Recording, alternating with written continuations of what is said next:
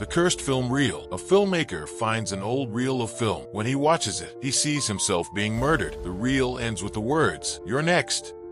The city was drenched in rain, neon lights flickering in the darkness, casting eerie reflections on the wet pavement. Distant thunder rumbled as Elliot Gray, a filmmaker with hollow eyes and a restless demeanor, clutched a paper bag to his chest, paranoia evident in his every step. His gaze darted over his shoulder before he slipped into a dimly lit antique shop. A bell jingled as he entered. The shop was cluttered with oddities, dusty books, strange artifacts, and old clocks that ticked out of sync. Behind the counter stood Mr. Hargrove, an elderly man with an unsettling gaze. "Looking for something specific, or just browsing?" he asked in a knowing tone. Elliot hesitated. "I collect old film reels. You have any?" Mr. Hargrove studied him for a moment before gesturing toward the back of the shop. "Over there. But be careful. Some things are better left untouched." Despite the warning, Elliot rummaged through the reels, his fingers brushing against one that felt different, unmarked, brittle, and oddly warm. A faint hum seemed to emanate from it. Later that night, in his cluttered apartment, he threaded the reel into his projector. The room dimmed, illuminated only by the flickering light. The film played,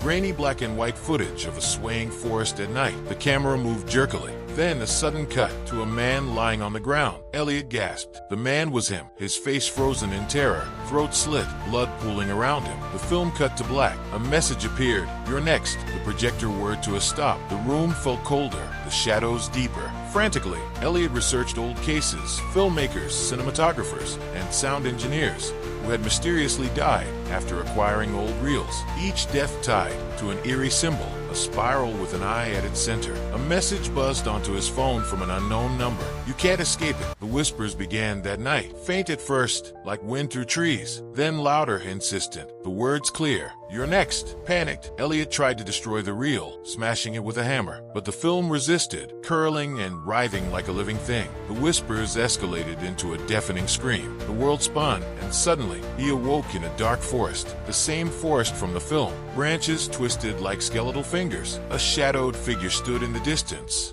a knife glinting in its hand. Elliot trembled. "No, this isn't real." The figure stepped closer. Elliot's breath hitched. It was him. A grotesque smile twisted across his doppelganger's face. "You're next." Elliot jolted awake at his desk, drenched in sweat. The reel lay before him, now marked with the cursed spiral. A knock echoed through the room. Hesitant, he opened the door to find a package. Inside, a new film reel. Threading it into the projector, he watched in horror as the footage played. Himself, receiving the package, threading the reel, watching the film. The timeline caught up to the present. The camera panned. Elliot stared at the screen, his pale face reflecting back. A whisper surrounded him, chilling his bones. "You're next." Heart pounding, Elliot grabbed the reel and fled into the rain-soaked streets. He passed a movie theater. The marquee read, "Coming soon, the cursed film reel." The doors creaked open. A whisper beckoned. "You're next." Drawn by an unseen force, Elliot stepped inside. The empty theater flickered with static. He climbed the projection booth,